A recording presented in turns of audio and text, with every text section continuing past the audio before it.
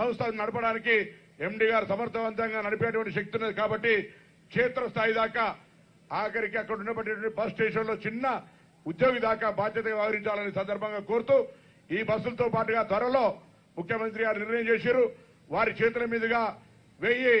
కాలుష్య రహిత నిర్మూలనకు సంబంధించి 1000 ఎలక్ట్రికల్ బస్సులు కూడా త్వరలో ప్రొక్యూర్ చేసుకోవాలని ముఖ్యమంత్రి గారు నిర్ణయం చేసినారు. వాటిని కూడా వీలైనంత త్వరలో ప్రొక్యూర్ చేసి ప్రజల సౌకర్యార్థం ప్రజల రవాణా కార్యక్రమం ప్రారంభం చేస్తామనే మాట మనం చేస్తూ మరొకసారి ఈ వేదిక ద్వారా ఆర్టీసీ కార్మికుల సంక్షేమం, ఆర్టీసీ పరిరక్షణ, ఆర్టీసీ ప్రయాణికుల సౌకర్యానికి సంబంధించి ఎక్కడ కూడా కాంప్రమైజ్ కాదు. తప్పకుండా ఈ ప్రభుత్వ ఉద్దేశం అదే అన్నమాట మరొకసారి మనం చేస్తూ భవిష్యత్తులో ఆర్టీసీకి సంబంధించిన అన్ని అంశాలకు ప్రజలు సహకరించాలని కోరుతూ